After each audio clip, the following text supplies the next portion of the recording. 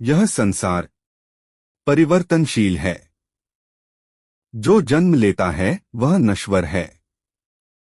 जो जुड़ता है वह कभी न कभी छूटता भी है। किंतु इस अनित्य जगत के मध्य कुछ महापुरुष ऐसे भी होते हैं जो सत्य की खोज में सब कुछ त्याग देते हैं। वे न तो सुख के पीछे भागते हैं, न ही दुहक से भयभीत होते हैं। वे चलते हैं एक ऐसे मार्ग पर जहां केवल आत्मा और परमात्मा का मिलन ही लक्ष्य होता है। यह मार्ग है संन्यास का मार्ग। संन्यास केवल वस्त्र बदल लेना नहीं, बल्कि संपूर्ण जीवन को त्याग, संयम और ज्ञान में ढाल देना है। यह वह अवस्था है जहां मनुष्य अपने अहंकार, इच्छाओं और आसक्तियों को त्याग कर परम सत्य की ओर अग्रसर होता है। किंतु इस पवित्र मार्ग पर चलना सरल नहीं है। इसके अपने नियम हैं, अपने अनुशासन हैं और अपनी कठोर साधनाएं हैं। इन नियमों का पालन ही सन्यासी को साधारण मनुष्य से एक ज्ञानी, एक योगी और अंततः एक मुक्त आत्मा बनाता है।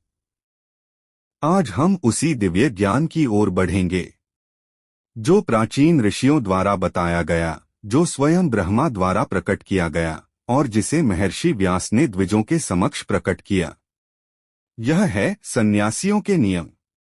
एक ऐसा अध्याय जो न केवल त्याग सिखाता है, बल्कि जीवन के परम उद्देश्य को भी स्पष्ट करता है। आइए श्रवण करें उस अमूल्य ज्ञान का जो हमें भीतर से बदल सकता है और हमें सत्य के और निकट ले जा सकता है। अब आरंभ होता है।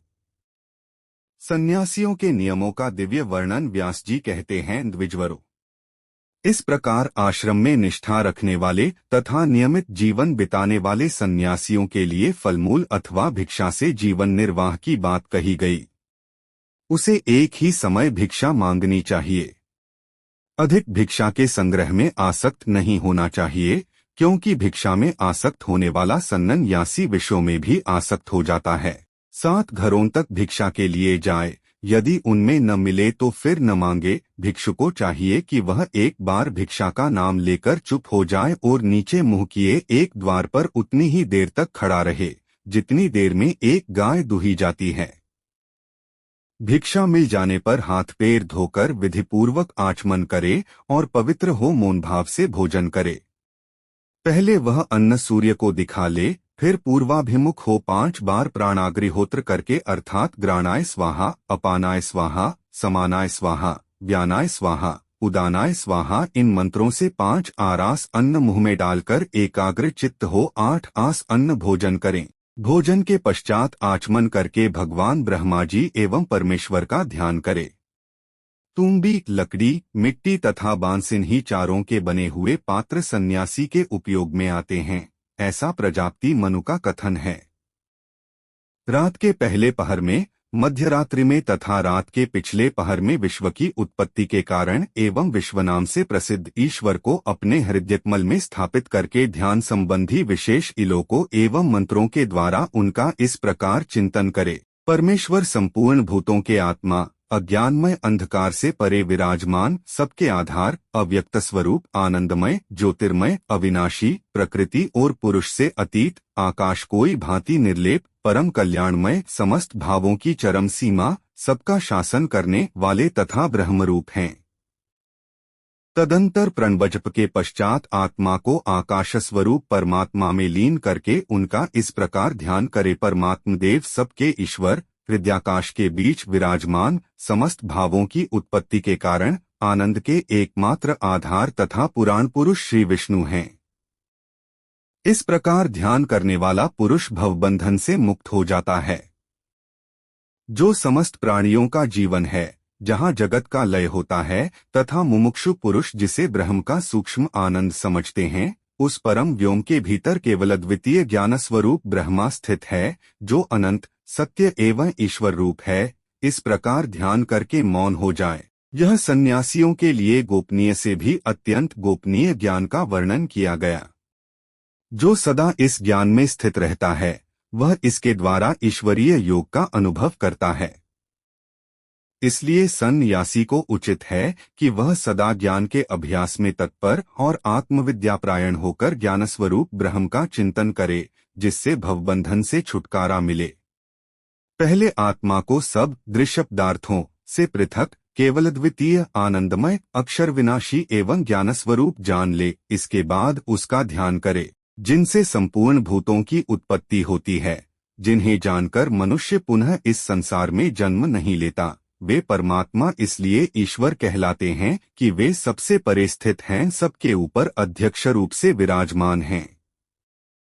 उन्हीं के भीतर उस शाश्वत कल्याणमय अविनाशी ब्रह्म का ज्ञान होता है, जो इस दृश्य जगत के रूप में प्रत्यक्ष और स्वस्वरूप से परोक्ष हैं। वे ही महेश्वर देव हैं। सन्यासियों के जो तबव्रत बताए गए हैं, वैसे ही उनके भी व्रत हैं। उन व्रतों में से एक एक का उल्लंघन करने पर भी प्रायश्चित करना पड़ता है। सन्यासी यदि कामना पूर्वक सत्री के पास चला जाए तो एकाग्रचित्त होकर प्रायश्चित करे। उसे पवित्र होकर प्राणायाम पूर्वक सोत्पन्न व्रत करना चाहिए। सोत्पन्न के बाद चित्त को एकाग्र करके शौच संतोषादि नियमों का पालन करते हुए वह कृच्छ व्रत का अनुष्ठान करे। तदंतर आश्रम में आकर पुनः आलस्य रहित हो भिक्षु रूप से विचरता रहे। असत्य का प्रयोग कभी नहीं करना चाहिए, क्योंकि यह झूठ का प्रसर बड़ा भय दूर होता है। धर्म की अभिलाषा रखने वाला सन्यासी यदि झूठ बोल दे तो उसे उसके प्रायश्चित्त के लिए 1 रात उपवास और 100 प्राणायाम करने चाहिए। बहुत बड़ी आपत्ति में पड़ने पर भी सन्यासी को किसी दूसरे के यहाँ से चोरी नहीं करनी चाहिए। स्मृतियों का कथन है कि चोरी से बढ़कर दूसरा कोई अधर्म नहीं है। हिंसा, तृष्णा और याचनाएं आत्मज्ञान का नाश करने वाली हैं। जिसे धन कहते हैं, वह मनुष्यों का बाह्य प्राण ही है। जो जिसके धन का अपहरण करता है, वह मानो उसके प्राण ही हर लेता है। ऐसा करके दुष्टात्मा पुरुष आचार भ्रष्ट हो अपने व्रत से गिर जाता है। यदि सन्यासी अकस्मात किसी जीव की हिंसा कर बैठे तो कृच्छ्रु, अतिकृच्छ्रु अथवा चांद्रायण व्रत का अनुष्ठान करे। यदि भिक्षुका उसकी अपनी इंद्रियों की दुर्बलता के कारण किसी स्त्री को देखकर वीर्यपात हो जाए तो उसे 16 प्राणायाम करने चाहिए। विद्वानों, दिन में वीर्यपात होने पर वह 3 रात का व्रत और 100 प्राणायाम करे। यदि वह एक स्थान का अन्न, मधु, नवीन श्राद्ध का अन्न तथा खाली नमक खा ले तो उसकी शुद्धि के लिए प्राजापत्यव्रत प्लस बताया गया है। सदा ध्यान में स्थित रहने वाले पुरुष के सारे पातक नष्ट हो जाते हैं। इसलिए महेश्वर का चिंतन करते हुए सदा उन्हीं के ध्यान में संलग्न रहना चाहिए। जो परम ज्योतिः स्वरूप ब्रह्मा, सबका आश्रय, अक्षर, अव्यय, अंतरात्मा तथा परब्रह्म हैं, उन्हीं को भगवान महेश्वर समझना चाहिए। ये महादेव जी केवल परम शिवरूप हैं। ये ही अक्षर, अद्वैत एवं सनातन परमपद हैं। वे देव स्वप्रकाश स्वरूप हैं। ज्ञान उनकी संज्ञा है। वे ही आत्मयोग रूप तत्व हैं। उनमें सबकी महिमा प्रतिष्ठा होती है, इसलिए उन्हें महादेव कहा गया है। जो महादेव जी के सिवा दूसरे किसी देवता को नहीं देखता, अपने आत्मस्वरूप उन महादेव जी का ही अनुसरण करता है, वह परमपद को प्राप्त होता है। जो अपने को उन परमेश्वर से भिन्न मानते हैं, वे उन महादेव जी का दर्शन नहीं पाते, उनका परिश्रम व्यर्थ हो जाता है। एकमात्र परब्रह्म ही जानने योग्य अविनाशी तत्व हैं, वे ही देवाधिदेव महादेव जी हैं। इस बात को जान लेने पर मनुष्य कभी बंधन में नहीं पड़ता।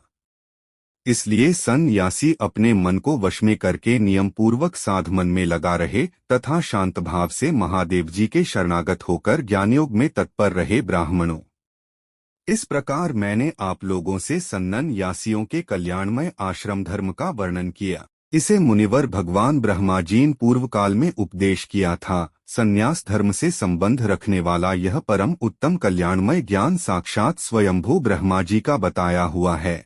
आठ पुत्र, शिष्य तथा योगियों के सिवा दूसरे किसी को इसका उपदेश नहीं करना चाहिए। द्विजवरों, इस प्रकार मैंने सन्यासियों के नियमों का विधान बताया है।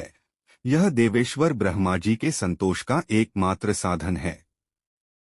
जो मन लगाकर प्रतिदिन इन नियमों का पालन करते हैं, उनका जन्म अथवा मरण नहीं होता।